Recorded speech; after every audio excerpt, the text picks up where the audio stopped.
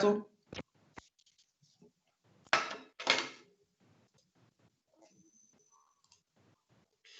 Então, logo de imediato, eu pergunto, me diz uma coisa, dor mata?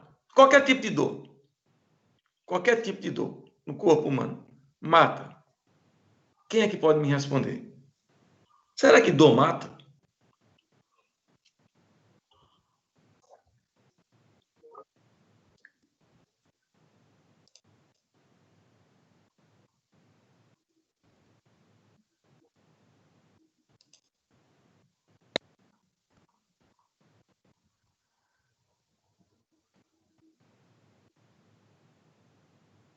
Hein, pessoal? Será que dor mata? Alguém pode me responder? Uma dor no coração mata? Não. Não, acho que não. Dor é um sintoma. Dor é sintoma, então não mata. Então, o que mata é o motivo daquela dor, tá? Dor no coração, mata? Não. Mas o motivo que gera a dor, mata.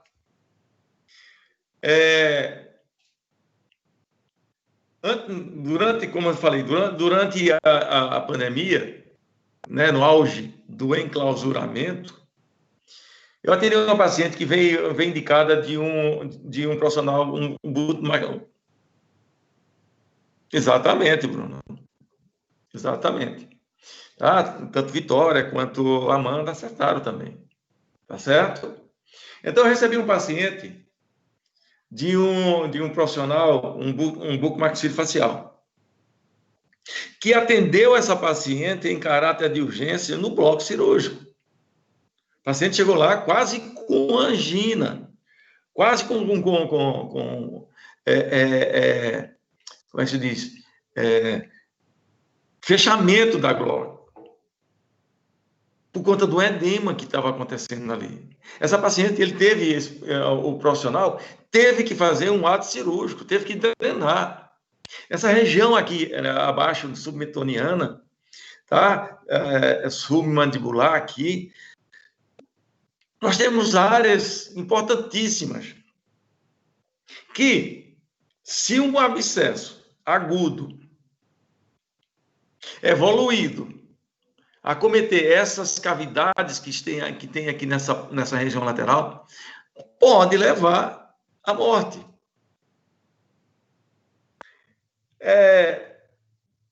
Não sei se vocês se lembram de uma, não sei se era um artista, não sei, uma modelo ou alguma coisa assim. Estava fazendo tratamento de canal, não sei por qual motivo, não sei se foi de extravasamento de líquido ou se realmente aconteceu um abscesso. Durante a neutralização, o profissional levou bactéria para o interior do osso. A paciente, simplesmente, esse ápice dental estava dentro do semaxilar e deformou o rosto da paciente dele, no caso, um modelo ou um artista. Eu não sei bem, não me lembro bem, mas se não me engano era modelo. Então, deformou, ela tirou uma fotografia mostrando como ficou o rosto dela. Para você ver o quão é importante um dente. Tá? Tem muita gente que acha assim, é como eu já falei uma vez para vocês, um caboclo chegou lá no posto de saúde, queria tirar todos os dentes, e depois de meia hora de conversa, eu disse, eu tiro pelo menos 6 hoje. Eu disse, não é assim não. Eu quero tirar de um por um, porque eu tenho 32 dentes, 32 atestados médicos. Isso é um ignorante, pô. Uma pessoa totalmente ignorante. Não dá valor a um dente, tá certo? Então, um dente pode acometer áreas importantes, não o dente, mas uma infecção dental pode cometer áreas importantes que pode levar à morte. E na fase aguda. Não é só a bacteremia transitória que a gente viu quando a gente estava estudando a bactéria. que quando ela cai na corrente sanguínea, dá uma bacteremia transitória, uma septicemia transitória. E ela pode se instalar no coração, que dali vai perdurar anos e anos e anos. Ela pode se instalar numa articulação, tipo joelho, e que vai também perdurar por anos e anos e anos.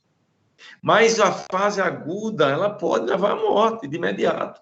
Essa criatura que chegou lá no posto, lá no consultório, há meses atrás, ela chegou lá ainda com um dreno. Já fazia mais de 20 dias que estava com aquele dreno e o colega disse que não ia tirar nem tão cedo. Enquanto eu não tratasse daquele dente. Então, enquanto eu não tirasse a fase aguda daquela paciente, ele não iria tirar o dreno, porque aquele dreno foi que salvou a paciente. Está entendendo? Então, quando ele confia muito em mim, esse colega, quando ele encaminhou a paciente para lá, eu já sabia que era uma patologia séria, que ele já tinha me alertado. Então, eu já sabia que era um abscesso, a origem de tudo. Então, já sabia que era um tratamento endodôntico. Como a paciente tinha saído da fase aguda, o que foi que eu fiz? Eu já comecei a fazer uma neutralização. Como ela tinha passado por essa situação clínica, eu não quis colocar nenhuma lima no interior do canal. Primeiro eu fiz o quê? Uma neutralização imediata, através do triquezoformalina. Para quê? Para diminuir a carga bacteriana que estava na luz do canal. Para, em segunda situação, começar a minha neutralização imediata. Justamente por conta da retrospectiva que aconteceu com essa paciente. Tá certo, pessoal?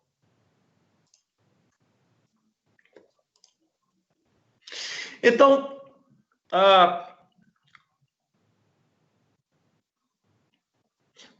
são características do quadro clínico sérios, mas sem riscos repentinos de acidentes. Isso aí são urgências endodônticas. Existe uma diferença, basicamente. Qual é a diferença entre urgência e emergência? A urgência está aqui. São caracterizadas por quadros clínicos sérios, mas sem risco repentino para o paciente. Assim, o tratamento não precisa ser internado de imediato. Qual a diferença básica de urgência para a emergência?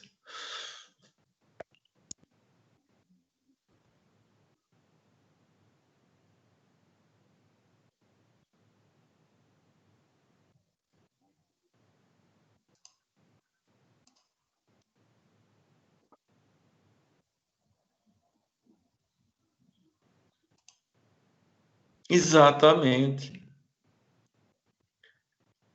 Exatamente. Então, Vitória, Amanda, colocaram aqui basicamente isso aí, tá certo? Urgência não precisa aquela coisa, traz logo de imediato. Pode até trazer. Por quê? Porque o paciente está sentindo dor. Dor não é emergência. Dor é urgência. Tá? A emergência é quando o paciente corre risco de morte.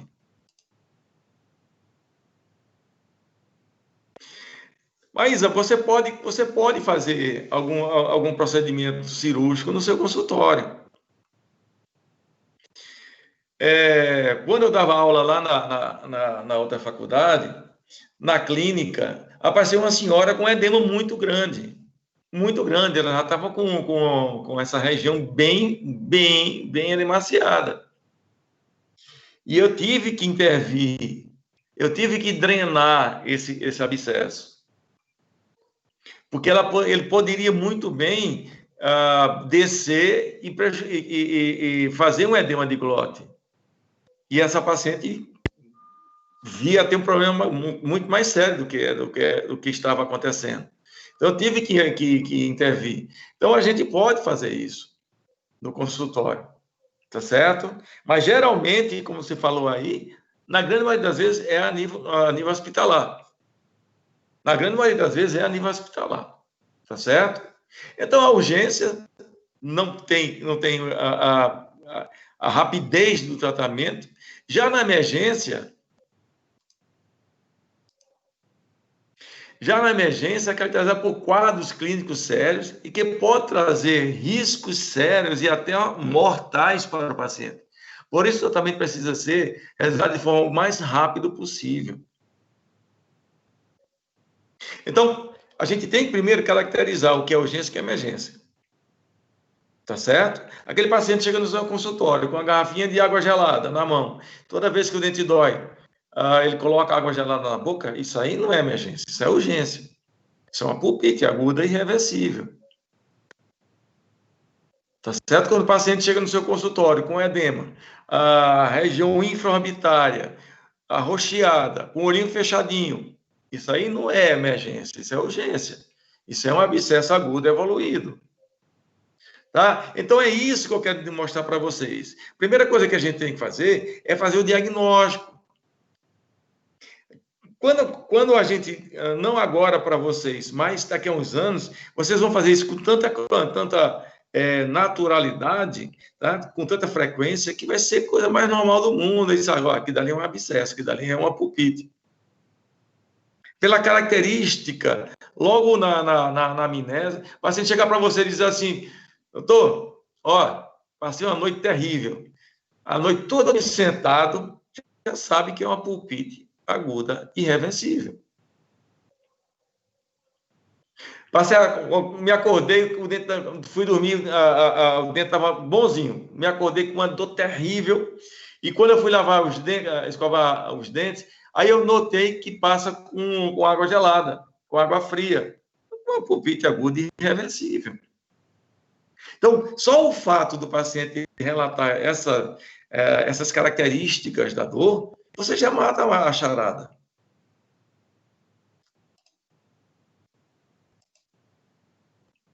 Dor é a mais comum causa de sofrimento humano e apresenta efeitos socioeconômicos muito significativos. É a dor que motiva o indivíduo a procurar o tratamento. Então, muitas pessoas... Gente, vocês vão ver, quando vocês estiverem executando a profissão de vocês, tem paciente que só vai no seu...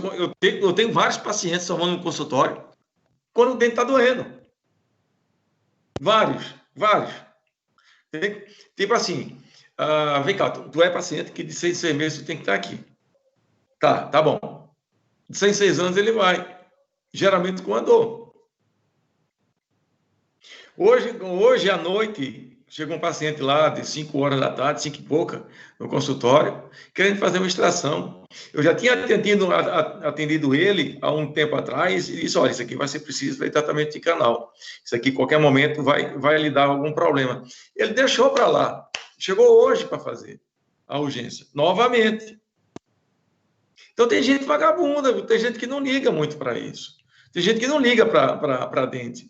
Tem gente que pensa que dente posterior não existe, só dente anterior, que é para sorrir. Ele não vê que dentes posteriores são imprescindíveis para você ter uma saúde melhor, porque você vai ter que mastigar melhor o alimento, para ele não entrar assim inteiro praticamente, e o organismo trabalhar mais para poder eliminar absorver aquele alimento. Certo, pessoal? Tipo, vou dizer outra característica. Eu faço muita periodontia lá no consultório. Muita periodontia. Então, eu tenho uma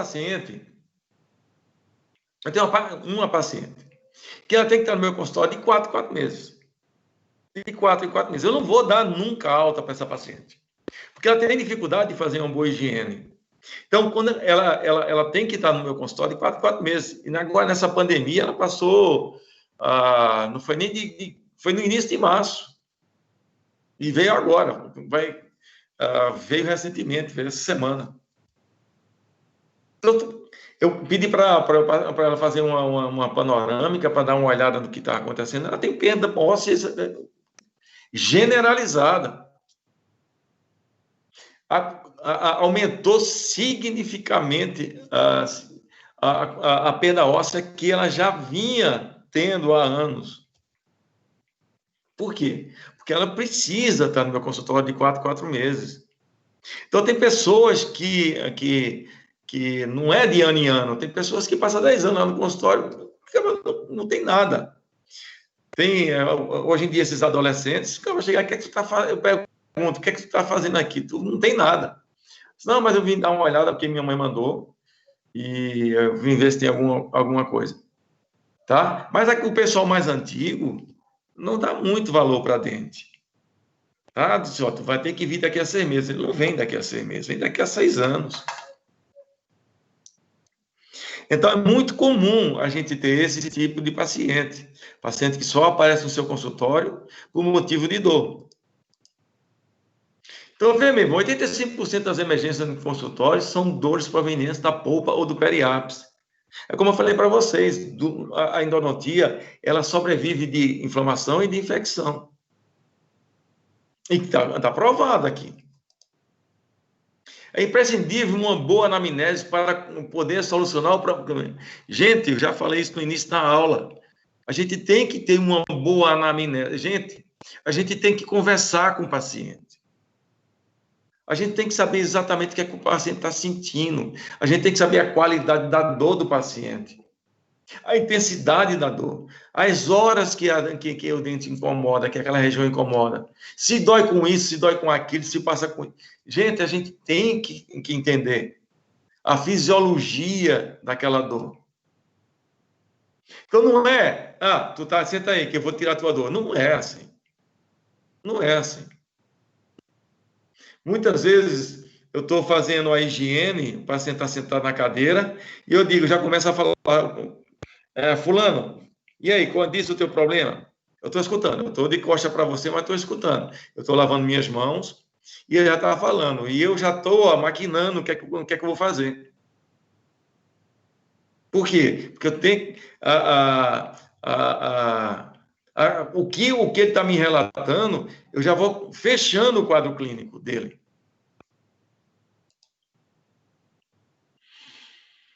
A importância dos exames, da anamnese, exame radiográfico não é uma radiografia que... Pronto, eu recebi hoje uma radiografia lá do céu, que eu tive que fazer outra radiografia.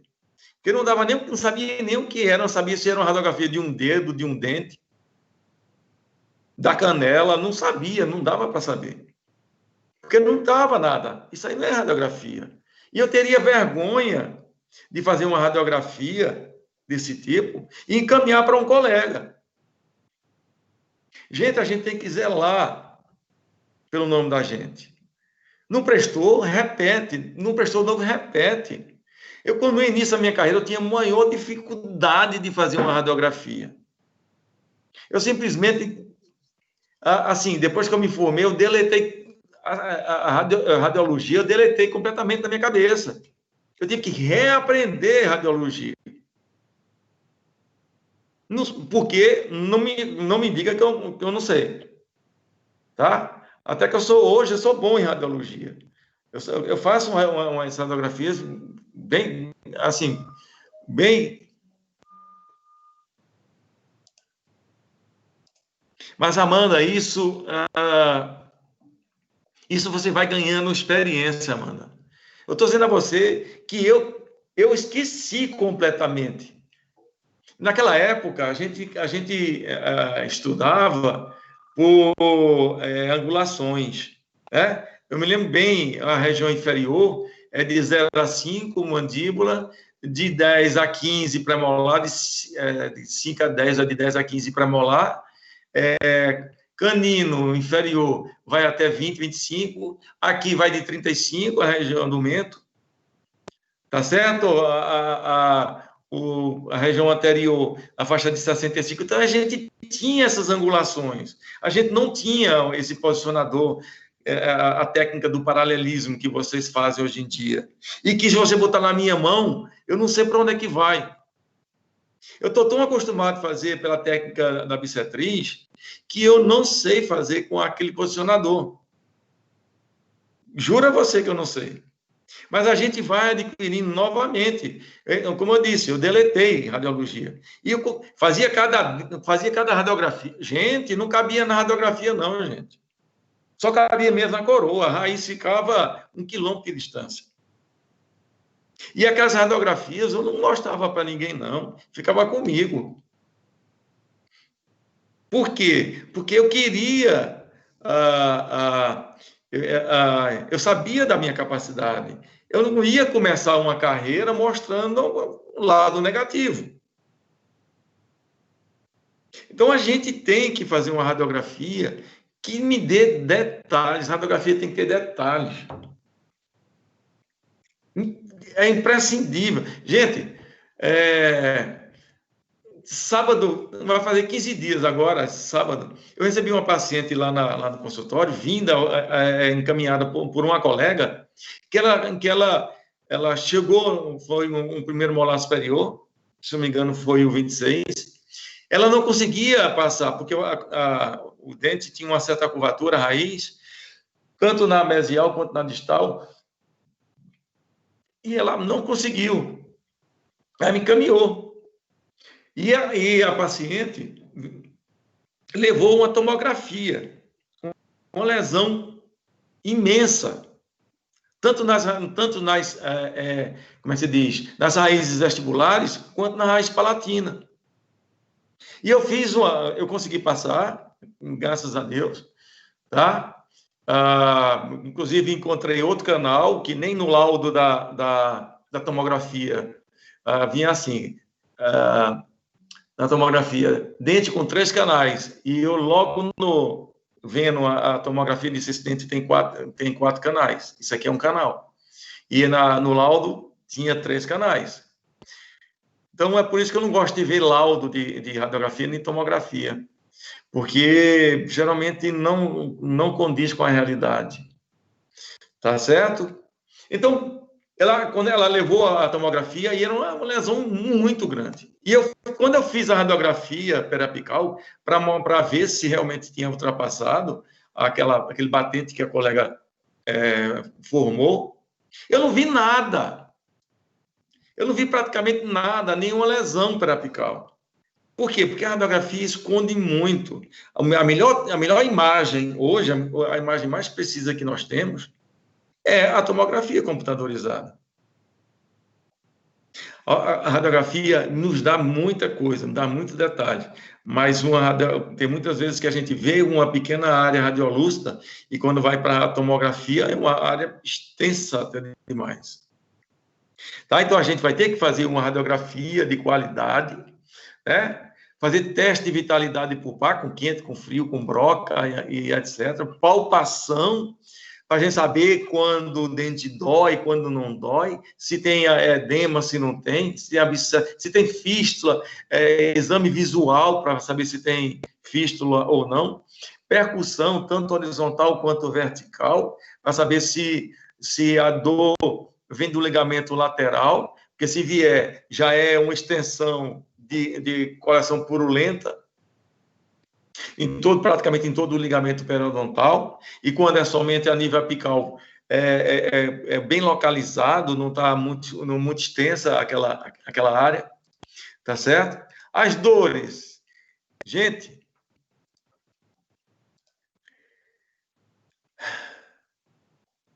eu já falei para vocês e vou repetir, gente.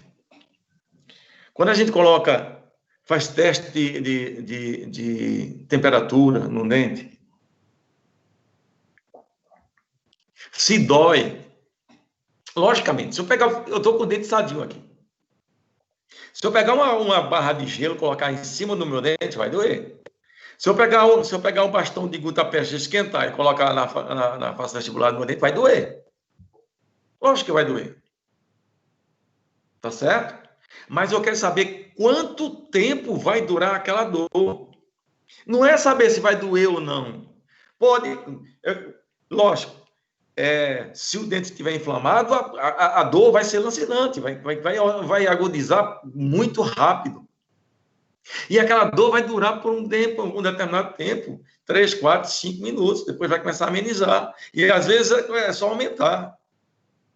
Chega um ponto de você tem que intervir, porque ele não passa mais. Enquanto que um dente sadio dói. Mas só que não dói 1, 2, 3, 4, 5 minutos. Dói o quê? Dói alguns segundos. Então, esse é um dente normal. O dente anormal é aquele que dói e continua doendo por alguns minutos.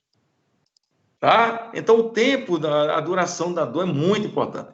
É por isso que quando chega a paciente no consultório, eu digo assim, sério, o dente está doendo. Qual o pedido da mãe vai ser na casa? Eu digo, amor, você já passou tanto. Tchau.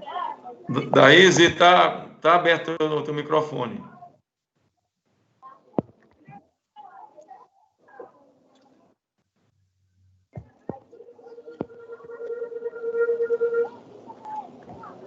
Vamos lá, depois ela se toca. Tá certo? As dores são muito importantes, a qualidade. Quando eu digo assim com o paciente, como é a dor? Aí o cara chega para mim e diz, não, pô, dói, a dor doída. Não, mas eu não quero saber se... Eu sei que a dor está doendo. Eu sei que a dor dói, mas eu quero saber como é a qualidade da dor. Se dói por espontânea, se dói por algum...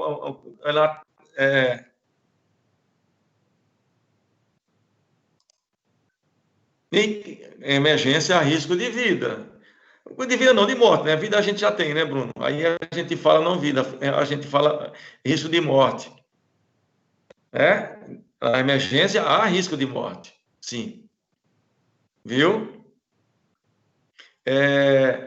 Então, eu procuro saber a qualidade, a intensidade da dor, se a dor espontânea, se é provocada, e provocada com o quê? Se é com quente, se é com frio. Então, isso aí eu já vou diminuindo, eu já vou selecionando o que eu quero saber.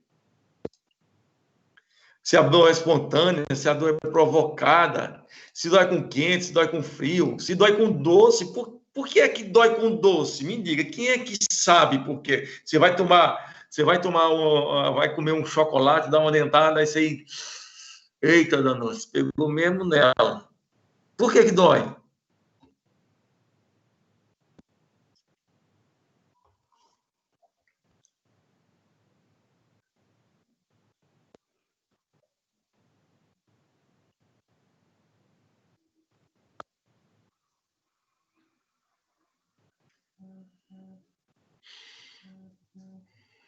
Gente,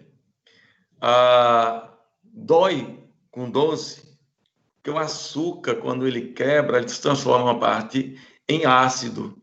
Então, aquela área em contato com o dente fica muito ácida, e a acidez dá o provocador. Tá certo? Por isso que o doce dói, tá? Condimentos também, acidez, né? Deixa eu ver, isso aqui é o quê? Na mastigação, né? Se dói na mastigação, quando dói na mastigação, o que é que eu posso concluir? Que o dente tem um abscesso? Pode ser. Se o dente tem uma alteração pulpar crônica, que já está transmitindo para o coto pulpar, pode ser. Se tem uma recidiva de cárie na restauração, pode ser. Certo? Essa semana teve que no céu, fizeram um contrato, um acordo com a ICES, e os alunos estão indo para lá. Aí teve uma aluna que chegou para mim, aquela história que eu já contei para vocês, que o paciente lá identificou uma pulpite pela radiografia. A menina chegou e disse, doutor, isso aí, numa radiografia dá para ver inflamação? Eu digo, não dá não. Não se preocupe que não dá não. Infecção, a crônica dá para ver. A aguda nem sempre dá para ver. Mas a crônica dá para ver. Mas uma inflamação aguda não dá para ver. Então, são coisas que o aluno, vocês ainda têm dúvida. Não é só de lá, não. A gente também tem dúvida. E eu quero que meus alunos não tenham dúvida em relação a isso. Radiografia não vê tecido mole, gente. Não vê bactéria, não vê polpa, só vê tecido mineralizado.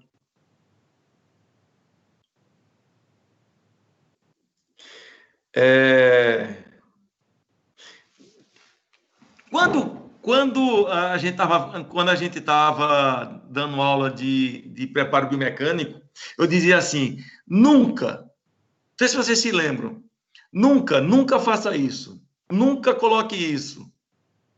Quem é que se lembra o que eu queria dizer naquele momento? Quem é que se lembra?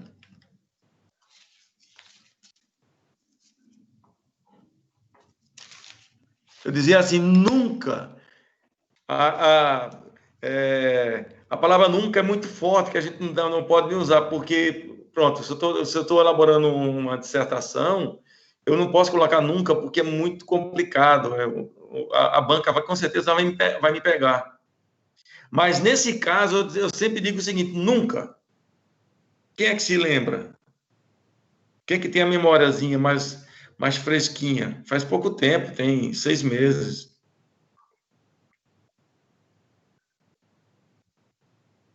Ninguém se lembra? Sim ou não? Então bota não.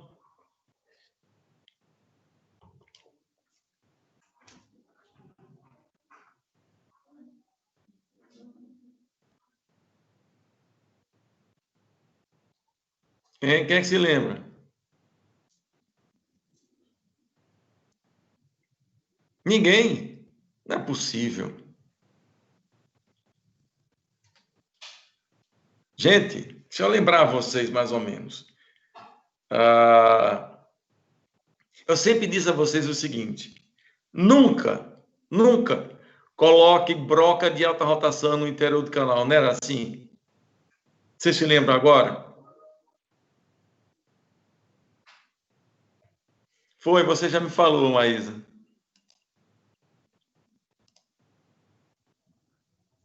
Então, já que você não fez comigo, eu vou dizer para você.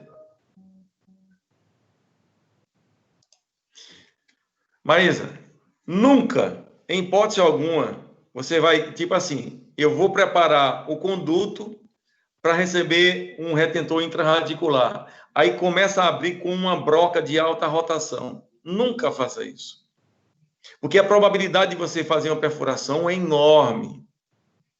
É muito grande.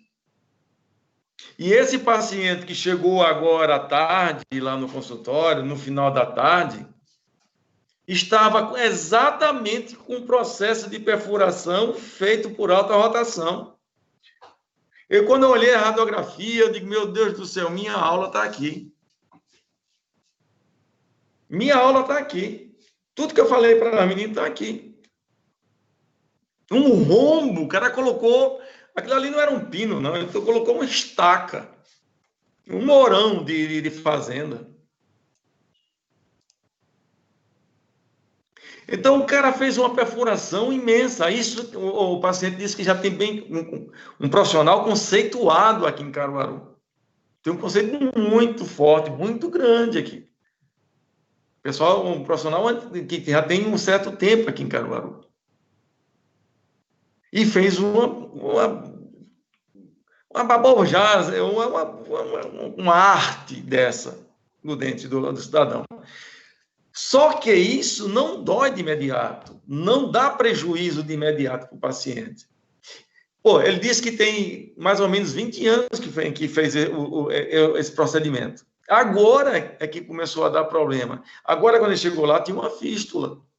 Quando eu fiz a radiografia para ver o pré-molar, eu vi o molar. Mesmo no meio da furca. Um tarugo. Um morão. Um pino deste tamanho, assim, dessa largura. Gente, foi mais um motivo para eu repetir nesta aula. Nunca, em hipótese alguma, se coloca alta rotação. Quando vocês estiverem no seu consultório sozinho e forem fazer um procedimento para remoção da gutta-percha, para colocar um retentor intraradicular, se você for pegar uma broca de alta rotação para colocar, lembre-se do seu professor Sérgio Murilos. Vou botar não, que Sérgio tem uma boca de praga. Vai dar porcaria aqui. Não vou colocar não essa alta rotação, não. Porque eu vou perfurar. E realmente perfura.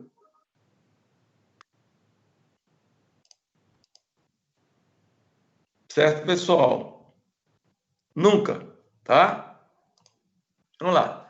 Falando de dores ainda. Gente, a gente sabe que nós temos uma dor difusa e uma dor que é refratária, tá? Que dor difusa é esta? A dor difusa é quando o paciente chega no seu consultório e diz assim, ó, isso aqui tudinho está doendo. Isso aqui, essa banda aqui inferior, tudinho está doendo. Daqui até aqui é uma dor só. Então, como é que você vai conseguir fazer o diagnóstico de uma patologia se você diz que se o paciente lhe diz que dói tudo? Essa é a dor difusa. Essa é uma dor muito difícil de ser tratada. E uma dor mais difícil ainda de ser tratada é uma dor refratária, que o paciente relata que a dor é no superior, mas a origem da dor é no inferior. Ah, mas pode. E pode. Até dei um exemplo para vocês. 2 exemplos, eu me lembro que eu dei para vocês. Um foi que um colega disse que a dor era no inferior, e eu fiz a radiografia, fiz todos os exames dos inferiores, não vi nada que pudesse estar provocando dor naquele paciente. E eu fui ver no superior, tinha o terceiro molar com a cárie bem extensa. Eu digo, ó, vou tirar teu terceiro molar. Ele disse, não, Sérgio, mas a dor é inferior. E tá bom, mas que eu vou tirar, vou. Se porventura continuar doendo, você volta. Amanhã eu tiro novamente. Eu vejo o que é que tem para fazer no inferior. E ele não voltou, só voltou 7 dias depois. Para quê? Para tirar os pontos. Ficou com a cara mais lisa do mundo rindo. Pô, tu tinha razão. Então, porque aí você vem, a experiência, realmente, nesse ponto, eu tive muita experiência de ter feito isso. Mas alguns anos antes, eu tinha feito uma besteira. Uma aluna de lá da outra faculdade, eu estava começando fazia pouco tempo que eu estava dando aula lá, ela chegou lá no meu consultório com dor no molar inferior esquerdo, o 36, e eu me deixei levar por ela. Eu fiz a endodontia do 36, e ela voltou com dor em outro dente. Era o 14 que estava doendo. O 24 que estava doendo. Então, eu deixei me levar pela palavra, pela situação que ela me colocou. Então, hoje, o que é que eu digo lá no consultório? Ó, aqui na minha bodega, quem manda sou eu. Tá? O dente que você está dizendo não é o dente, é outro dente. Então, a gente tem que saber identificar exatamente qual o dente, porque a pior coisa do mundo... Isso aí não, eu ainda fiz uma endodontia. E se eu tivesse tirado o dente dessa criatura? Ela hoje é minha colega de profissão. Já pensou? Com que cara eu iria olhar para essa criatura? O senhor tirou meu dente porque o senhor errou. Olha que coisa horrível. Porque para um aluno, o professor é aquele que fica em cima do pedestal. Sabe tudo. E que realmente a gente não sabe de nada. Mas o aluno pensa que a gente sabe tudo. Então a gente sabe um pouco mais do que eles. E aí a pessoa, Sérgio, tu tirasse um dente meu e não era o dente para ter tirado, não. Olha, eu ia meter a cara no chão, no buraco. Então, na anamnese, a gente vai descobrir qual a questão principal, história pregressa daquela dor, história atual daquela dor, tá? Gente, medicação sistêmica. Vocês sabem fazer medicação sistêmica? Vocês sabem quando é que a gente faz anti-inflamatório? Em que situação? Em que situação eu prescrevo anti-inflamatório?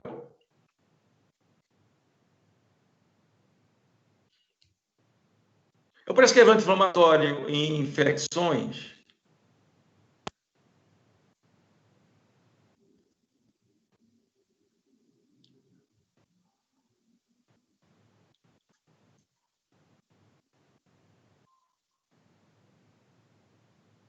E aí, pessoal?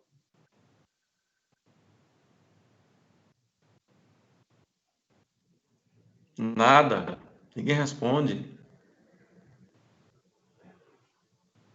A Ariane hoje está calada, a Daís não fala. Estou me abandonando aqui.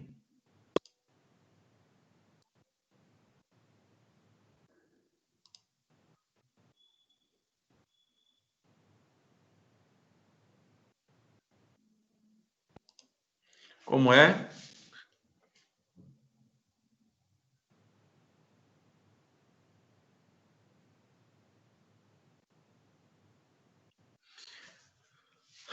Ariane, vê. Se o dente estiver em condições, se o dente estiver rígido, se você não for fazer alguma coisa com algum resto radicular, se ele estiver em condições de ser recuperado, a endodontia resolve. Assim, de imediato, eu não me recordo uma situação clínica que a endodontia não resolva aquele processo. Não, assim, de imediato, eu não me recordo. Eu acho que todos eles a endodontia resolve.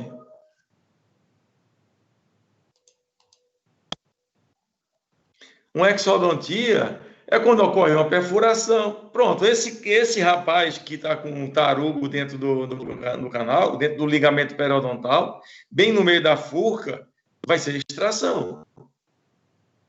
Porque ali não remove mais, ali não tem mais condições. Até porque não tem condições financeiras para tentar recuperar aquele dente.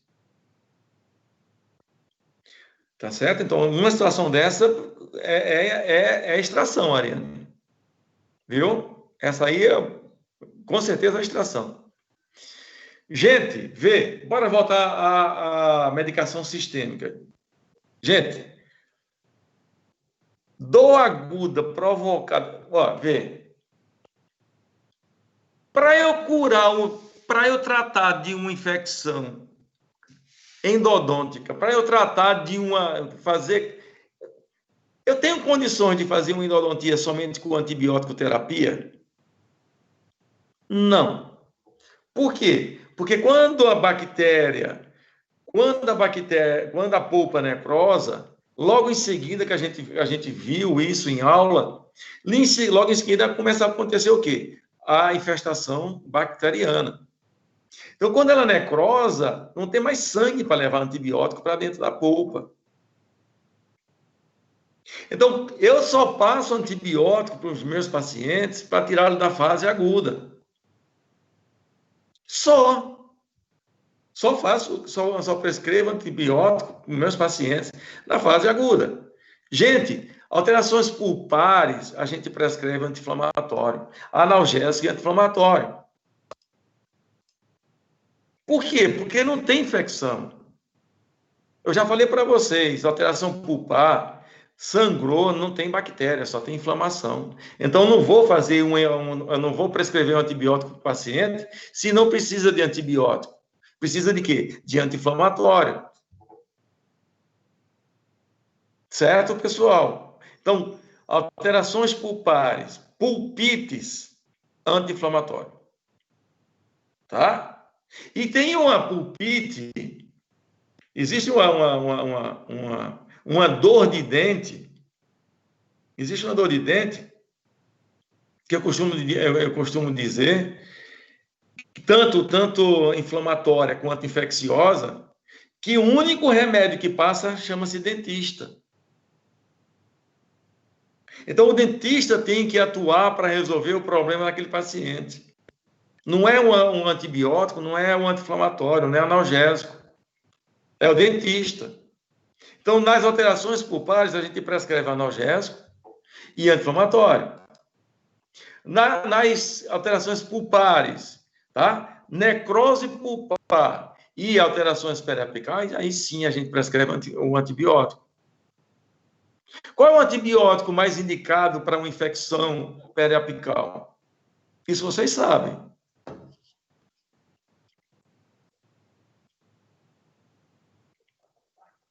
Qual é o antibiótico mais indicado para uma infecção periapical?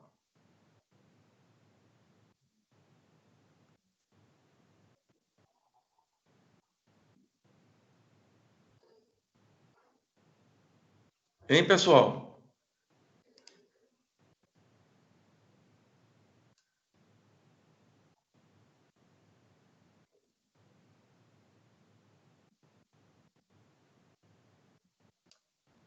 Ninguém. Ninguém está falando. Vocês estão me ouvindo?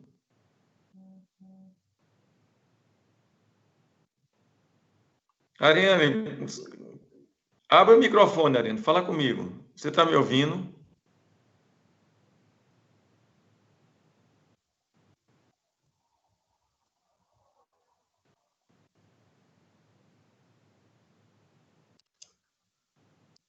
Oi, professor. Oi, por que vocês não estão falando comigo? Estão me deixando falar sozinho, hein? Que safadeza da gota é essa, hein?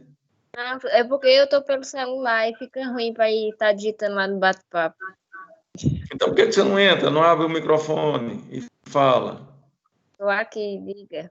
Qual foi a pergunta? Não, agora não quero saber mais não, minha filha. Agora pode ir verificar lá seu WhatsApp. Não quero mais Não, saber de vocês, professor, não. eu tô assistindo a aula pelo celular e fica travando. Quando eu falo Ah. com o seu é pelo computador. Tá bom. Me engana que eu gosto. Vá-se embora. Eu vou ficar com o microfone, vai. Se eu souber, eu digo. Tá bom. Viu, Bruno? Você acertou. Metronidazol. Metronidazol é um dos antibióticos que a gente pode prescrever. Mas também a gente pode colocar o quê? A amoxicilina com o clavulinato de potássio. Assim, ela é mais conhecido, o amoxicilina com o clavulinato de potássio. Vê, o amoxicilina com clavulinato de potássio, o clavulin, mas tem lânico também, tem vários antibióticos com vários nomes, mas o mais conhecido, principalmente entre os dentistas, tem duas concentrações, tem de 500 miligramas e tem de 875 miligramas. A de 500 miligramas a gente passa de 8 a 8 horas. Prescreve de 8 a 8 horas. E de 875 de 2 em 2 horas. O metronidazol de 400 miligramas são de 8 a 8 horas também. Gente, todo antibiótico que a gente passa, 7 dias. Não se passa antibiótico com 3 dias. Não se passa antibiótico com 3 dias. Tá bom? Então, quando a gente tem infecção pulpar, o que é que a gente faz? Analgésico, anti-inflamatório é uma opção, tá? É opcional. Tá bom?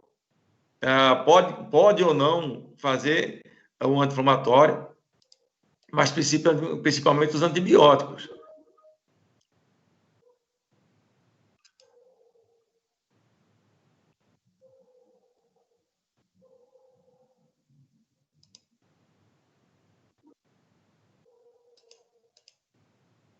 Danos. Veio de jumento, Bruno. Estava vindo de jumento.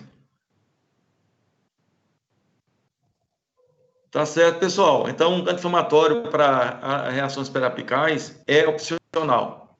Não faz parte do protocolo. Tá bom? Seria mais interessante a gente fazer analgésico que um antibiótico. Mas a gente também pode prescrever anti-inflamatório em vez do antibiótico. Em vez do anti-inflamatório. Então, doença da polpa, né? História dental, onde é a polpa, quando a dor aparece, o que foi que fez a dor piorar ou melhorar, qual a duração e a intensidade da dor, né? Qual o tipo de dor. Em caso de uso de medicação para a dor, o alívio é obtido. Se não for, é uma coisa mais séria. Existe alguma coisa que faz você se sentir melhor ou pior? Aí, nesse caso, quando a gente faz uma pergunta dessa, é exatamente respondendo, esperando a resposta dele dizer, não, dói com quente e passa com frio. Tá? Então, isso é bem característico de quê? De uma alteração pulpar, de uma pulpite aguda irreversível. Aí a gente faz exame extraoral, intraoral e na dentição, para ver se tem edema, descolorações, né? Alteração cromática da coroa, cárie, fístula, restauração defeituosa, fraturas, trauma. informa se existe inflamação do ligamento periodontal, tá certo? A dor na percussão, tá? Muitas vezes o dente dói, não é por conta de uma alteração periapical, é por uma alteração periodontal, ou vice-versa. Você deve estar atento para saber se a etiologia dessa inflamação, endo, pério, trauma, cruzal, etc. Então, você tem que ver a etiologia dessa dor para saber se realmente é uma etiologia endodôntica ou é uma etiologia periapical.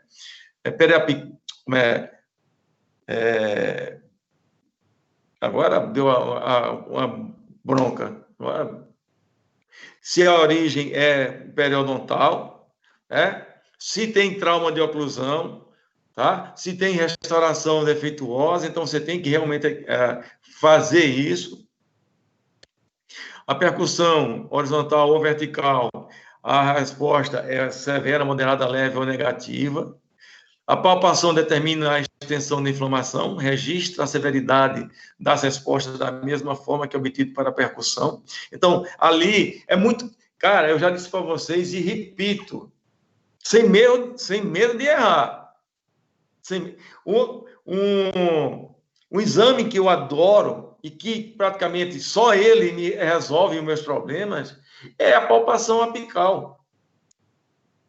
Por quê? Porque na hora que eu estou tocando nos ápices radiculares, se tiver algum ápice radicular incomodando, o paciente vai relatar dor naquela situação. Se tiver algum edema, eu vou ver um edema. Qual é o tipo de edema que pode acontecer no ápice radicular? Um edema duro.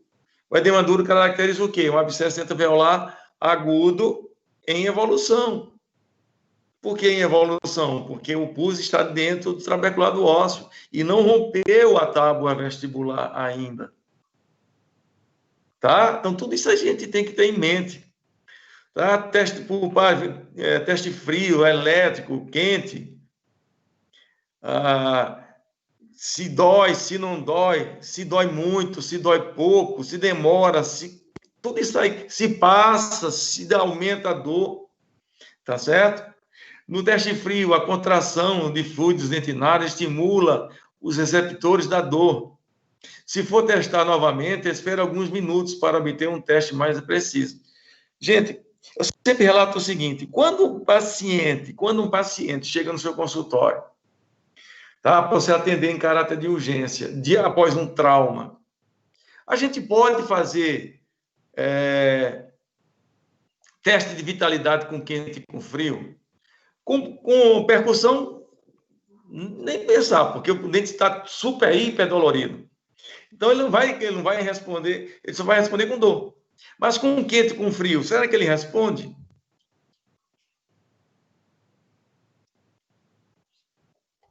Se a resposta desse paciente, será que é verídica? Será que é fiel? Hein, pessoal? Será que eu posso fazer um teste de vitalidade no paciente após um trauma recente, com temperatura, com quente, com frio? Gente, não, pessoal, não. Porque na hora que um dente sofre um trauma, ocorre o quê? Uma compressão dos nervos, uma compressão da região apical, uma compressão do coto pulpar. Então, aquele trauma naquele nervo, ele vai dar um falso positivo ou então um falso negativo. A gente tem que esperar 1, 2, 3 dias para poder fazer um teste de vitalidade térmico. Tá certo? Então, não se faz teste de imediato, em momento algum, nenhum tipo. Mas o que a gente pode fazer é um teste, uma radiografia periapical, para saber se houve fratura, para saber como é que está a região apical, tá? A raiz como um todo. Mas nunca a gente fazer um teste efetivo desse, porque a gente vai ter um falso positivo ou um falso negativo. Útil quando o dente afetado está difícil de localizar e os sintomas mais severos são obtidos com quente. Tá? Isso aí a gente já sabe. tá? Dificuldades para a gente obter uma resposta positiva. Dentro com aparelhos ortodônticos, é muito difícil a gente fazer qualquer tipo de alteração, de teste de vitalidade. Pacientes que fez movimentação ortodôntica com 1, 2 dias, é muito difícil a gente fazer. Por quê? Porque o dente está altamente dolorido, tá? Dentes com coroa protética, a porcelana não passa temperatura para o dente natural. Dentes com risogênese incompleta e dentes enrijecidos é diferente. Em risogênese incompleta, a gente não tem a capacidade de fazer uma boa aferição com temperatura, nem com quente, nem com frio. Como eu falei aqui, dentes recentemente traumatizados por conta da compressão do ligamento periodontal, tá certo? Agora, um teste altamente fiel, teste de cavidade, você começa a passar a broca sem anestesia, se o paciente tem relatador, porque o dente ainda tem vitalidade, é muito fiel, é um dos mais precisos que nós temos. Tá? Teste de anestesia, que teste é esse, hein? Por que a gente tem que fazer um teste de anestesia? Em que situação eu tenho que fazer um teste de anestesia?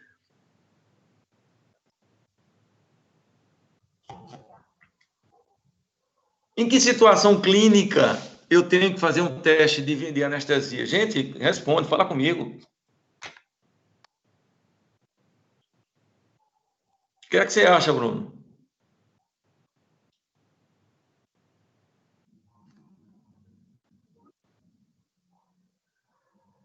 Professor, se o dente tiver com alguma inflamação, algum edema, alguma coisa assim? Ariane, vê, Luan respondeu aqui uma das situações, dores difusas. Se o paciente diz que uma banda do rosto está doendo, a mandíbula, metade da mandíbula está doendo, eu posso fazer uma anestesia na região de canino, e se continuar doendo, não é de canino até os incisivos, é de pré ou molar.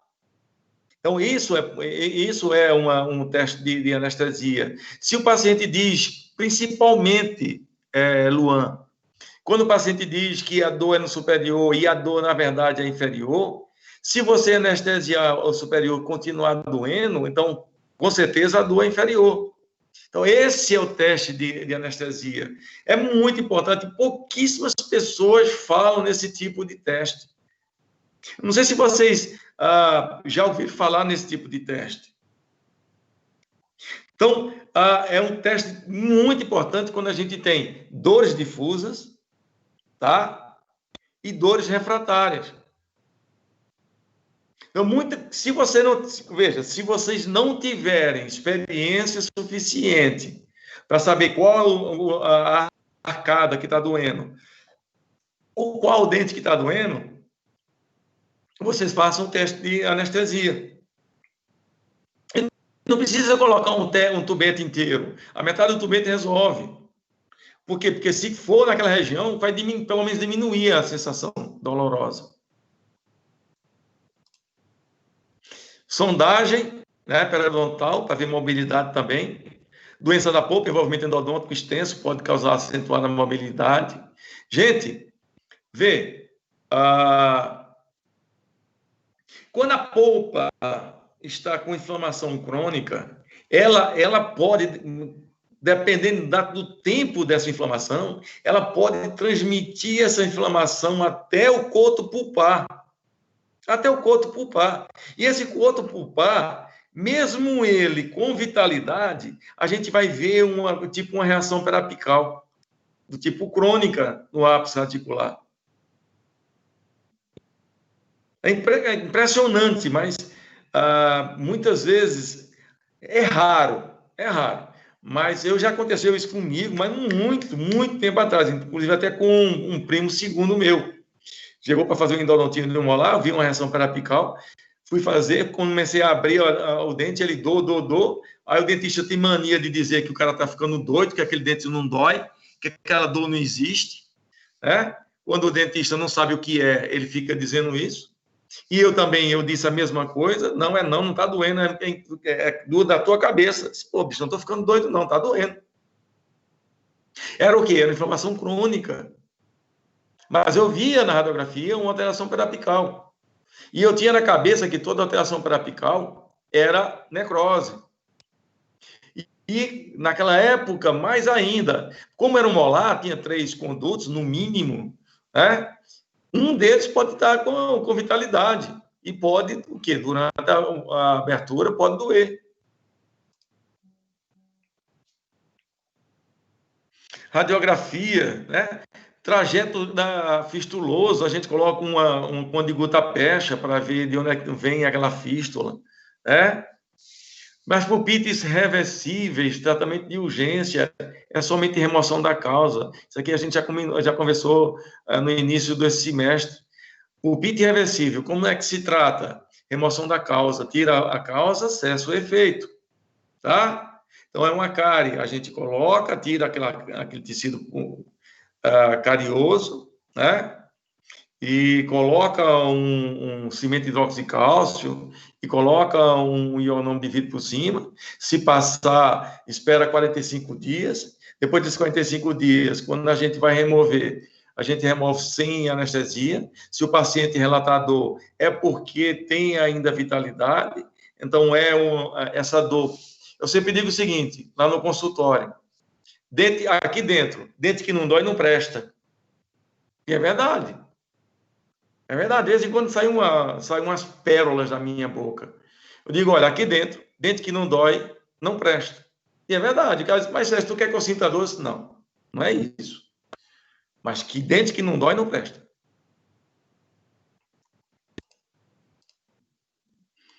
Então, a pulpite reversível, a dor localizada, às vezes difusa, intermitente ou contínua. Então, é muito variada essa dor, mas só que uma das características principais é doer com quente e aliviar com frio.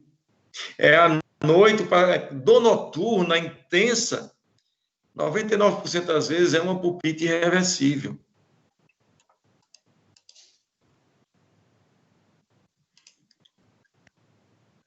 Então, as características da dor, da pulpite, né?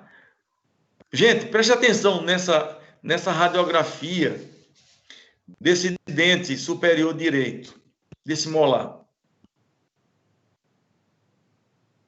Essa perda óssea, o que é que vocês acham? É de origem endodôntica ou de origem periapical? Periodontal, melhor dizendo.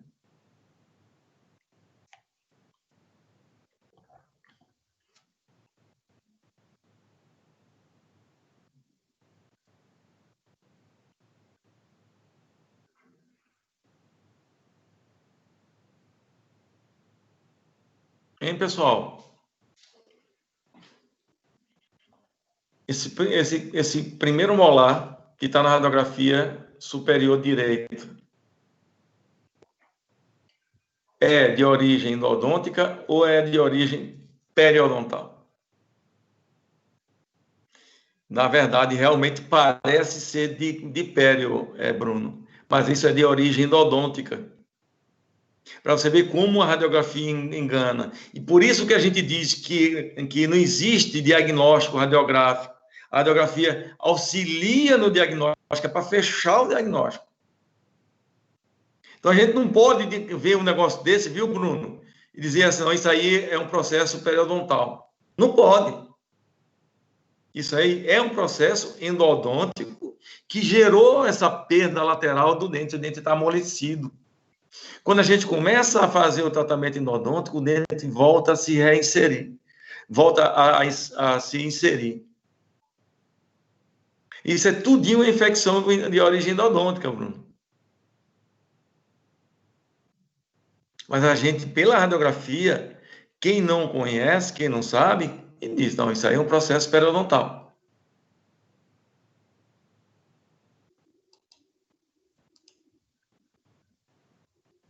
Então, como a gente trata de uma pulpite irreversível? Quem é que... Entra alguém aí. Ariane, já que você está com o microfone a postos, Como se trata uma pulpite irreversível?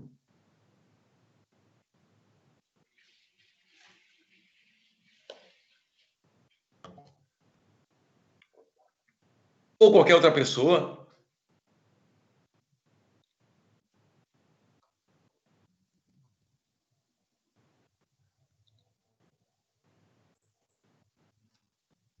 Com Oi, endodontia, professor. com endodontia. Me diz uma coisa, Ariane. Eu posso tratar uma pulpite irreversível fazendo uma pulpotomia somente? Não. Por que não?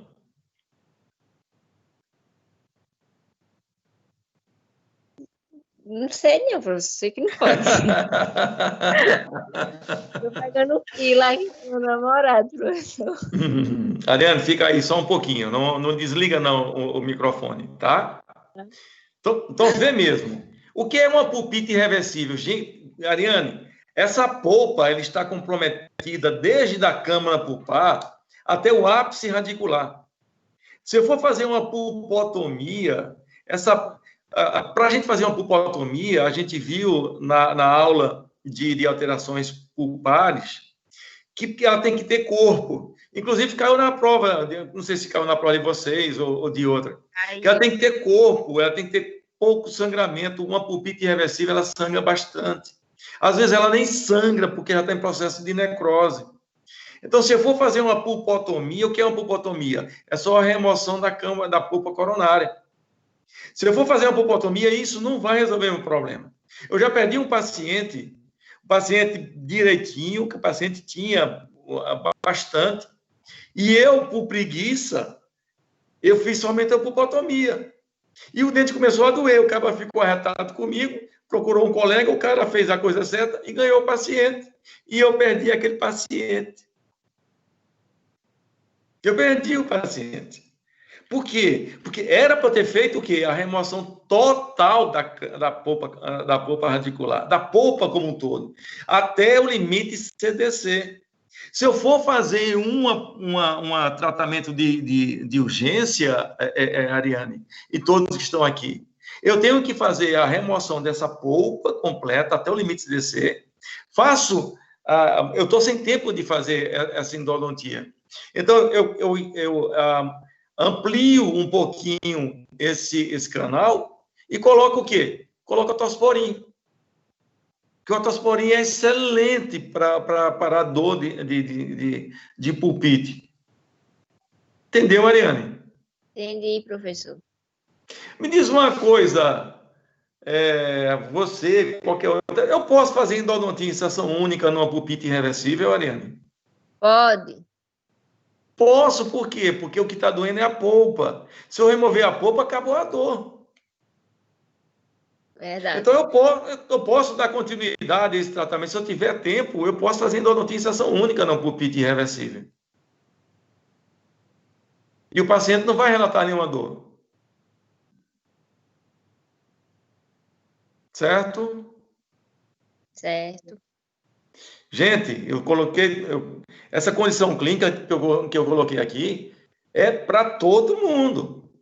Então, você pode chegar um paciente no seu consultório com uma pulpite irreversível. Se você tiver tempo de fazer aquela endodontia numa única sessão, você pode tranquilamente. Remove-se a polpa até o limite CDC, faz a modelagem, é muito simples. Em 20 minutos a gente faz um negócio desse, incisivo central. Não dura mais que 20 minutos. É mais rápido que uma restauração. Obtura, manda o paciente embora, acabou. O paciente não volta com dor. Certo? Vamos lá.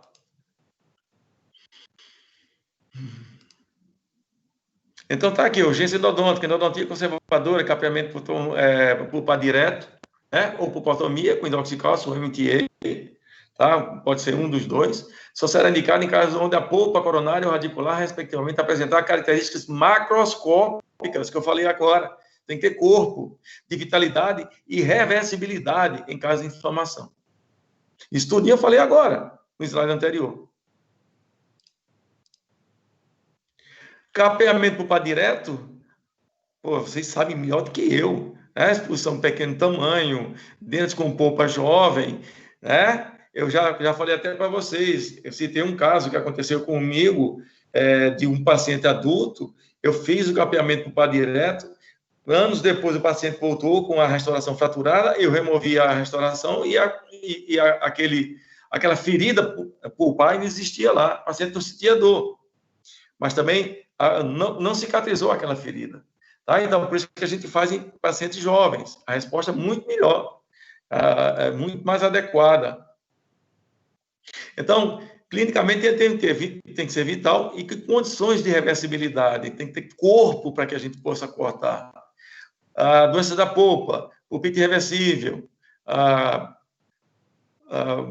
é o que? Uma endodontia radical, tá? Uma pulpotomia conservadora, como é que a gente faz? Anestesia, abertura coronária, isolamento absoluto, irrigação da câmara pulpar com hipocloreto a 0,5%, então a 1%, ou mesmo a clorexidina 0,2%, então 2%. Remoção da polpa coronária e descompressão pulpar por 5 minutos, né? Como é que a gente faz isso? Através de uma pelotinha de algodão com otosporin, irrigação, aspiração na câmara pulpar com soro fisiológico, ou então com hipoclorito de sódio a 0,5% ou a 1%,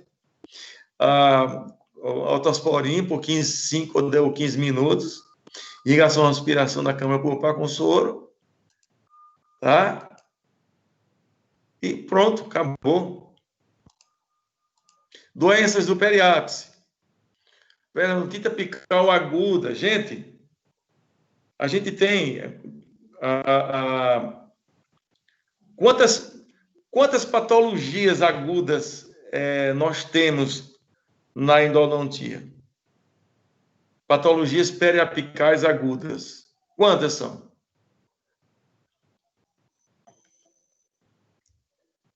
Não são crônicas, são agudas.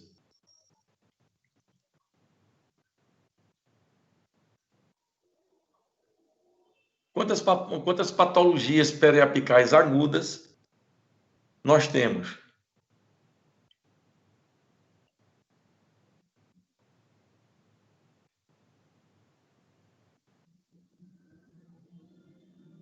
Número: 1, 2, 3, 10, 20, 50.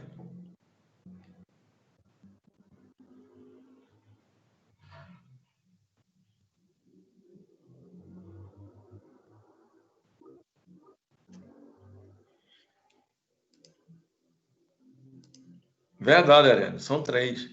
Tá? Abscesso dentaveolar agudo na fase inicial, em evolução e evoluído. Tá? Características na fase inicial. O que acontece? O tecido purulento está no ligamento periodontal. Em evolução, rompeu-se já a tábua óssea e esse pus já está no trabeculado ósseo. A diferença de um para o outro é que nessa segunda fase existe um edema apical duro, por conta do abaulamento da cortical óssea, tá certo? E o terceiro já perfurou a cortical óssea, então o pus fica em tecidos amolecidos.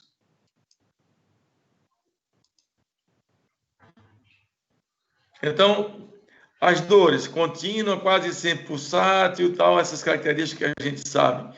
Tratamento de urgência, abertura... Gente, é tratamento de urgência de uma periodontite apical aguda na fase inicial, abertura coronária. Muitas vezes só isso resolve. A pressão é tamanha que na hora que a gente abre a câmara pulpar, o pus já jorra de imediato. Primeiro vem uma coleção sanguínea. Eu particularmente fico até com medo pensando que eu perfurei a raiz, porque é um vermelho muito forte, bem característico de quando a gente perfura uma raiz, uma parede do canal, e depois começa a florar pus. Tá certo? Se isso não resolver, a gente faz uma neutralização imediata e perfura o forame apical. Na hora que a gente perfura, começa a aflorar o pus e resolve o problema do paciente. A dor imediata, a sensibilidade dolorosa desaparece de imediato. De imediato. Cessa a dor, assim, na hora. Tá certo? Na fase em evolução, como o pus já está dentro do osso, é mais difícil de sair pus, mas pelo menos saem os gases. Então, a gente abre, deixa aberto por 48 horas em ambas as situações, tá certo? E depois a gente vai fazer o tratamento do endodôntico. Na fase evoluída, o pus já está em tecido mole, então você pode abrir ou não vai adiantar de nada, porque não vai drenar nada, tá?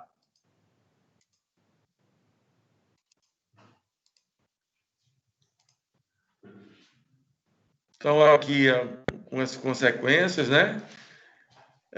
Tratamento de urgência, início da abertura coronária, né? Como eu falei. Como assim, Bruno? Reduz como esse pH?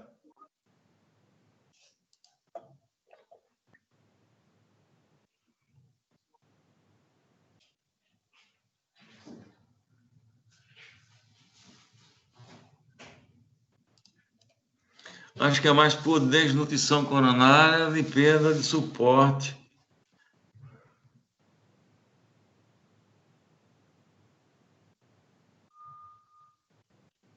Ave Maria, 20 minutos.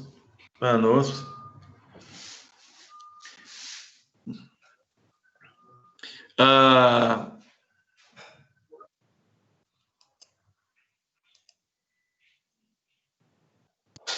Meu Deus do céu. Então deixa, Bruno. Não manda mais, não. Esquece. Tem condições, não. Isso aqui nem você estando na China demora tanto. Tá certo? Então, basicamente, abertura coronária, limpeza do canal radicular, né? Qual é a solução irrigadora que a gente vai gente, bora fazer um padrão. Polpa viva, a gente vai usar hipocloreto de sódio a 1%, solução de Milton. Os livros recomendam que quando ocorre somente a necrose pulpar, ainda a gente vai usar Milton. E só com infecção periapical que a gente vai usar hipocloreto de sódio a 2,5%, ou soda clorada. Mas nas nossas clínicas, a gente vai fazer o seguinte, tá? Em duas situações. Polpa viva, Milton, polpa necrosada e ou infecciosa, soda clorada. Porque ninguém vai me dizer se ali dentro daquele canal vai existir ou não, como é que se diz? Bactéria. Então, pelo sim, pelo não, não tem problema. A gente vai usar hipocloreto de sódio a 2,5%, a soda clorada. Agora, dentro com vitalidade, a gente vai usar a 1%, solução de Milton. Veja, gente, o triquezoformalina, ele é muito indicado para situações de emergência. Tá? Também de emergência, não, de urgência. Muitas vezes a gente, quando a infecção está no início, a gente abre, coloca a triquezoformalina e aquela triquezoformalina vai neutralizar aquelas bactérias e vai diminuir a dor. Algumas vezes não resolve isso aí, mas em boa parte das vezes a gente usa a triquezoformalina. Inclusive, já falei isso para vocês. A gente abre, coloca a triquezoformalina na câmara pulpar, fecha, e depois a gente volta a intervir, agora fazendo a endodontia radical. Tá bom? Então, vem mesmo. Falando sobre o triquezoformalina, quer ver mesmo? O triquezoformalina, hoje em dia, ele é amaldiçoado na endodontia. Alguns autores, como é que se diz? Fala mal dele veementemente, tá? eles não usam e não recomendam o uso, porque ele é um produto que pode provocar, dizem que ele é carcinogênico e é teratogênico. Mas aí,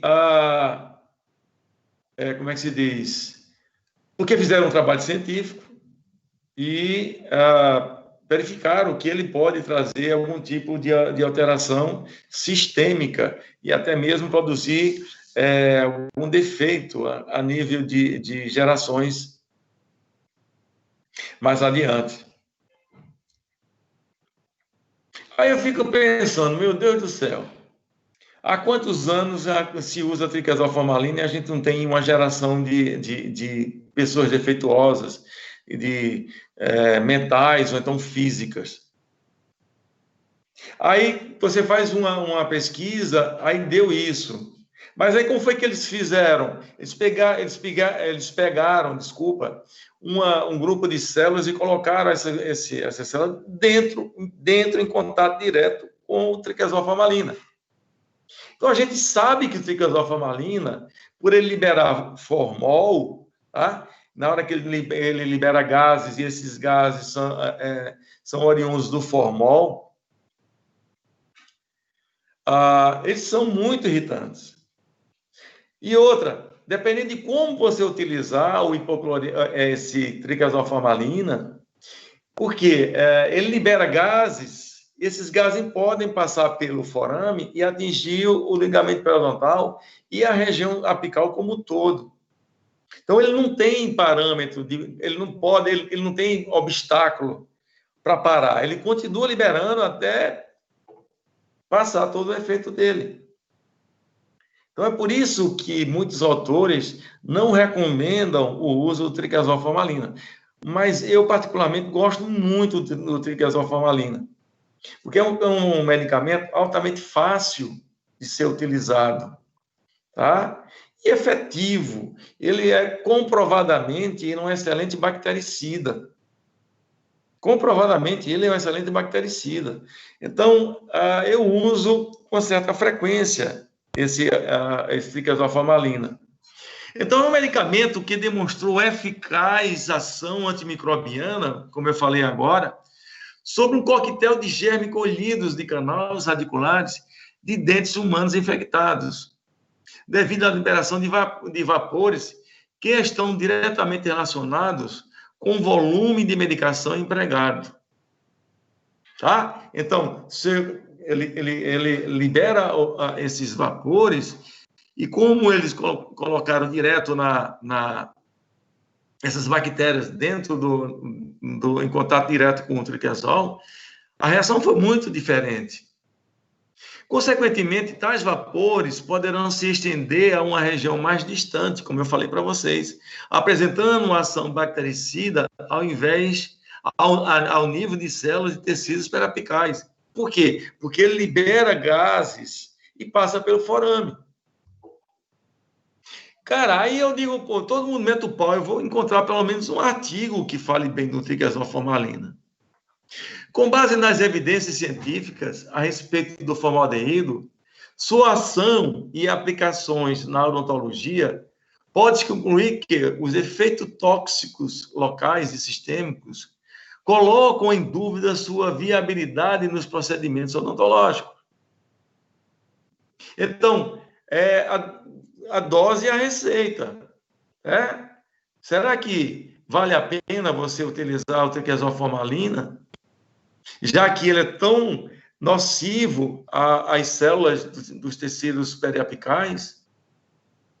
Os antissépticos usados no interior do canal radicular, à base de formaldeído, como no caso do triquesalformalina e o formocresol, que a gente não utiliza o formocresol, são capazes de controlar a infecção de origem endodôntica, porém pode causar irritação ou destruição de tecidos vivos. Vê mesmo. Então, a dose e a receita. Então, ele é muito bom para eliminar a bactéria. Mas também ele é muito nocivo, dependendo de como a gente utilizar. Gente, como é que a gente utiliza o triquesalformalina? A gente simplesmente pega uma pelotinha de algodão estéril, Pega uma gaze, umedece essa pelotinha de algodão no hipoclorito, no triquesalformalina, pega uma gaze estéril e tira bem o excesso, seca bem essa pelotinha, fica somente o cheirinho. A gente sempre fala assim, o cheiro do triquesalformalina. E coloca somente na entrada da câmara radicular, da câmara coronária. Na entrada do canal radicular. E ali coloca um provisório, material provisório. Não coloca esse triquesalformalina no interior do canal, porque ele vai ficar muito próximo na região apical. E se você deixar ele se você deixar ele se você não tirar o excesso dele, ele vai dar uma periodontite apical aguda, como já aconteceu comigo há um tempo atrás.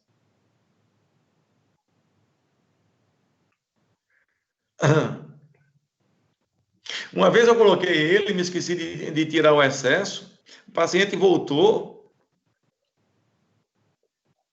com uma periodontite apical aguda. Por quê? Porque eu não tirei o excesso dele. Então, ele liberou grande quantidade de vapores. Tá certo? Mas se você souber utilizá-lo, ele é muito bom. Então, vê, o potencial citotóxico do formaldeído está relacionado com a quantidade de material utilizado nos experimentos de culturas celulares que foram feitas nesse trabalho científico. E com a quantidade de formaldeído colocado nos curativos de demora na prática endodôntica. Então, a quantidade de material utilizado, né, nas culturas celulares e a quantidade de formaldeído. Então, eles colocaram as células basicamente dentro do formaldeído. E o curativo de demora, eles não tiraram o excesso. Eles colocaram a pelota de algodão muito no interior do canal e sem tirar o excesso. A dificuldade prática de limitar o volume da medicação, principalmente no uso clínico odontológico, nos faz questionar quais as concentrações de formaldeído são tóxicas e qual a quantidade que poderíamos usar sem causar efeitos deletérios sobre os tecidos vivos, como a mutagenicidade e a carcinogenicidade.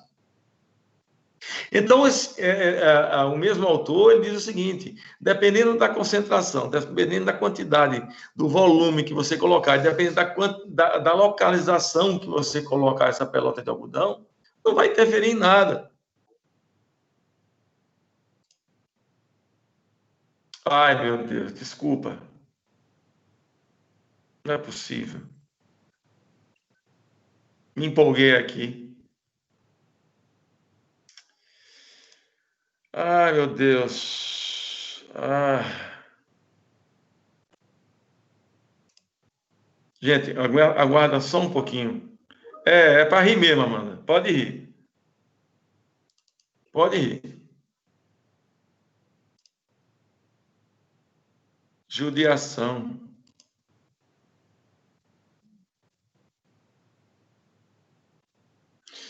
É por isso que a aula estava tão monótona, Anaísa. Você não estava participando. Você e a Ariane e Bruno sempre são os meus escudeiros.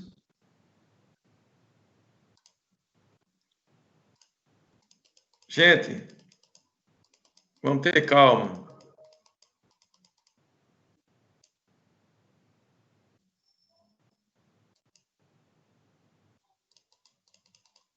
Agora deu tilt aqui, não vai. Eu sei.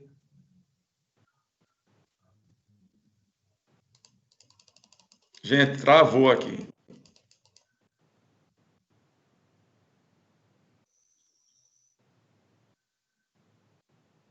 Porqueira. Deixa eu ver, deixa eu sair novamente. E deixa eu voltar para ver se vai. Também falta bem pouquinho, não tem muita coisa não para a gente dar.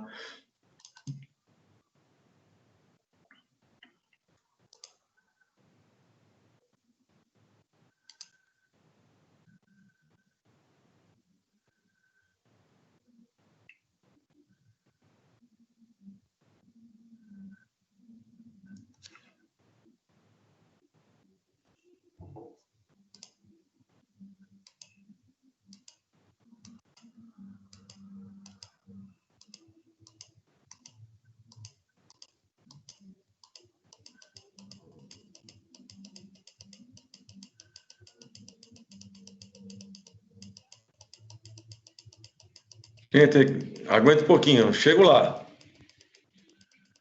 Vai demorar um tiquinho, mas eu chego lá.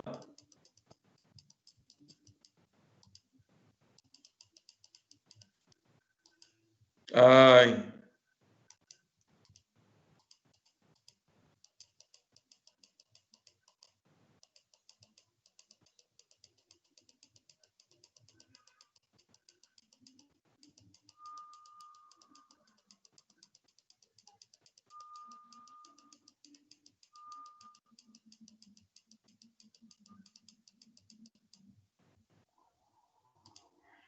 Certo, pessoal?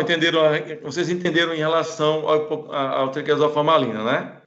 Não vamos nos assustar, tá? Do jeito que a gente trabalha, somente colocando na câmara para o pai, tirando muito o excesso. Ele não pode ir úmido, ele vai só no cheiro. Não provoca essa pandemia toda que se fala deles, tá? Então, isso aqui vocês já sabem, né? Na fase inicial, em evolução.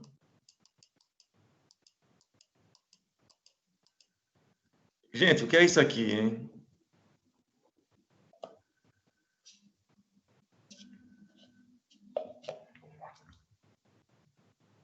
O que é isso aí?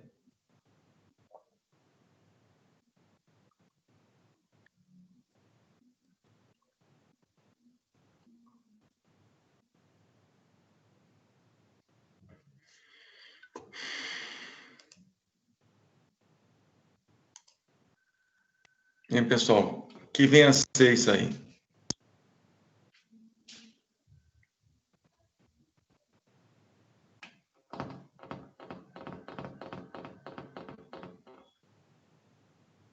Abscesso? Tá. E o que é esse negócio mais escuro, Bruno? Gente, ajuda Bruno, que Bruno manda uma mensagem, ele está ainda no tempo da mensagem de fumaça, viu? Ele não está na internet, não. Ele está mandando mensagem igual aos índios americanos, de fumaça. Professor, eu acho que é abscesso também. É um abscesso. Mas o que é isso aí? Esse negócio pontiagudo, Maísa?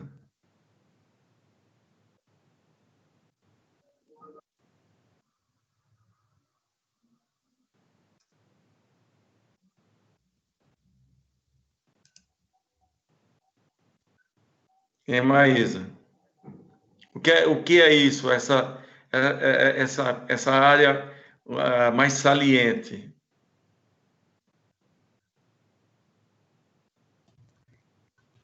É pus, professor. Isso é fístula, Maísa. Isso é uma fístula. A fístula, esse edema, você acertou no edema. Isso aí é um abscesso dentoalveolar agudo evoluído, tá certo? Que, em vez de fistular pelo interior da cavidade oral, ele fisturou via cutâneo. Então, eu, particularmente, como é que eu trato a gente já comentou sobre isso, como é que eu trato de um abscesso dentoalveolar agudo evoluído?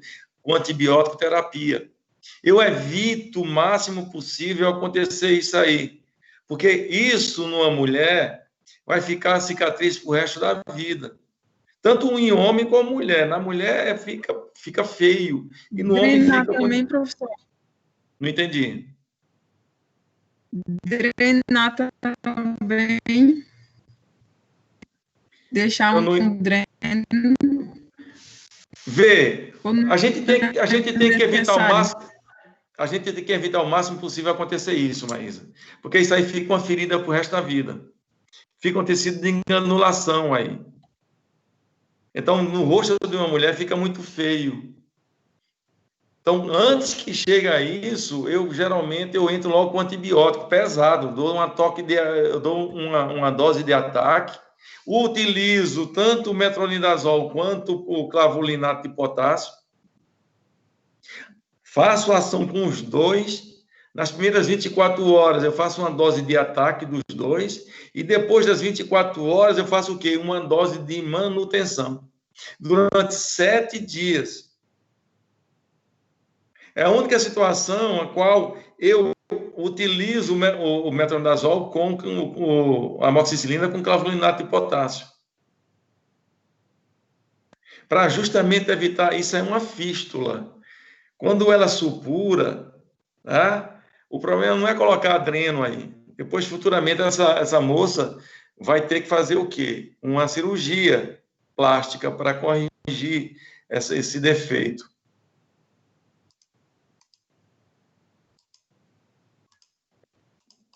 Então, isso aqui vocês sabem. Antibiótico, para a gente fazer isso, clavulin, né? Clavulinato de potássio com amoxicilina.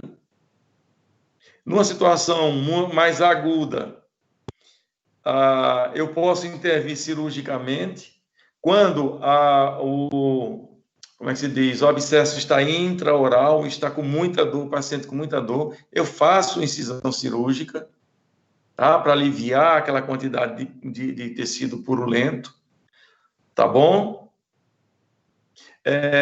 E cobertura antibiótica.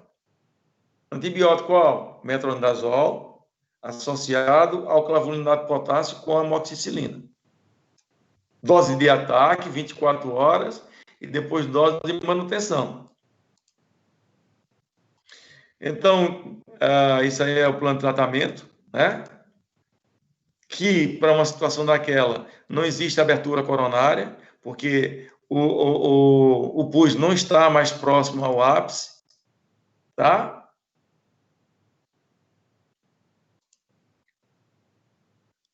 A gente só pode fazer limpeza foraminal em caso na fase inicial ou em evolução.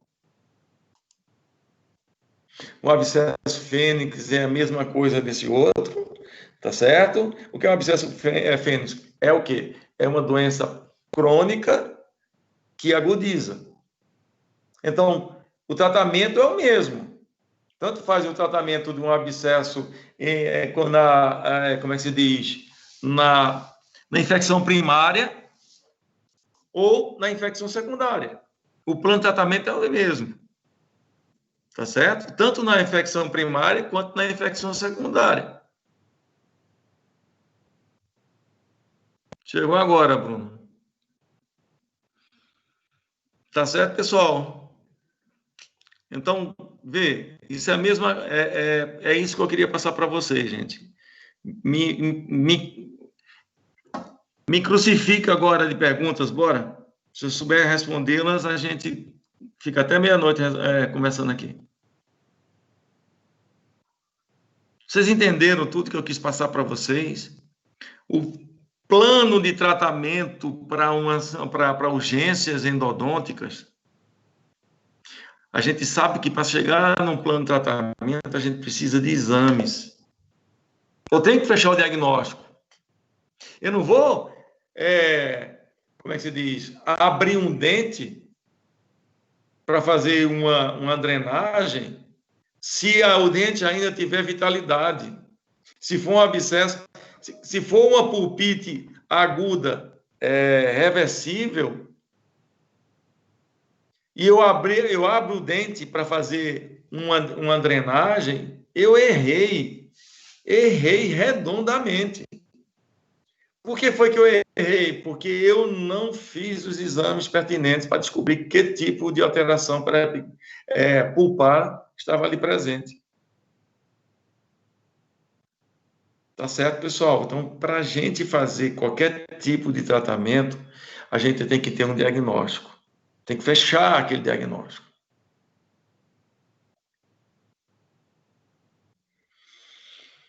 Gente, vê. Aquela prova que nós fizemos valeu somente 8 pontos, não foi? Então, daqui para esse final de semana, eu vou colocar um trabalhozinho, coisa rápida. Em 10 minutos vocês resolvem. Para complementar os 2 pontos, para fechar a nota de vocês. Tá certo? Então, vou tentar fazer isso quinta-feira, sexta-feira, no máximo sábado, para a gente fechar as notas de vocês. Tá bom? Então, é coisa muito assim, não tem bicho de 7 cabeças, mas que eu tenho que fazer isso, eu tenho, para fechar a nota de vocês. Tá? Vai ser coisa simples, fácil, não estou aqui para prejudicar ninguém, não, principalmente nessa pandemia, sim para ajudar. Tá bem? Oi, Daíse.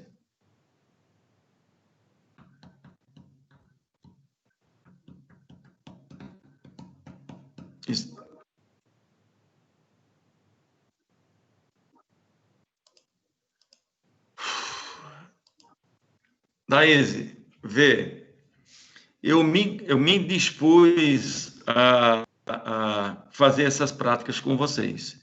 Eu fiz contato com o Alexandre. Eu digo, Alexandre, vê, eu já estou trabalhando no meu consultório desde julho, agosto, setembro, outubro, até o quê? Já tem 2 meses e alguma coisa, 3 meses que eu já estou trabalhando lá no consultório. Tem 2 meses que eu já estou trabalhando lá no CEL.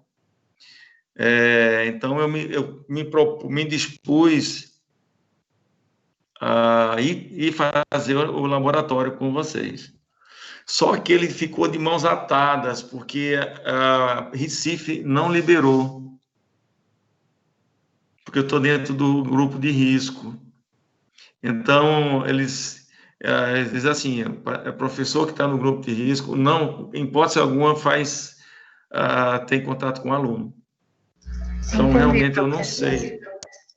Porque Fala novamente.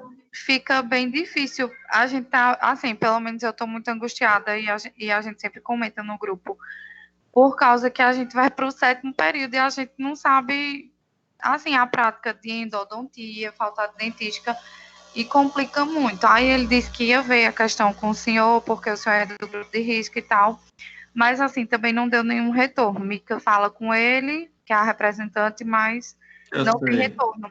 Eu tô super angustiada, porque a gente praticamente, daqui a pouco termina o 6º período e a gente não sabe nem fazer uma abertura coronária, nada. Verdade. Não, você tem toda a razão. Tem toda a razão. Vocês têm toda a razão. O problema é o seguinte, se nós não estivéssemos numa pandemia dessa, nós teríamos feito todos os laboratórios. E esse semestre, vocês para entrar na clínica. Então, vocês vão entrar na clínica diretamente sem fazer laboratório. Isso é muito temeroso. Mas não é culpa de ninguém. Não é culpa de ninguém. Tem culpa. Sim, tem culpa. Tem gente que tem culpa. Os chineses. Então, mas aí, como ele tinha dito que ia ver com o senhor, é por isso que eu perguntei. Foi, eu falei com ele. Eu tive assim, me dispus, me propus a trabalhar sem nenhum problema, mas só que ele disse que não tinha condições, porque Recife não liberou. E eles dependem da concessão do Recife. Mas assim que eles liberarem, a gente entra no laboratório, Daíse. Pode ter certeza. Tá certo, professor, obrigada. Hoje eu não participei muito porque eu entrei pelo celular. Aí eu tava na rua, cheguei quase agora em casa. Mas obrigada. Certo. Boa noite. Tá bom. Um cheiro para vocês. Boa noite. Um abraço bem forte para os marmanjos também. Tá bom? E eu vou ver o negócio do trabalho, viu?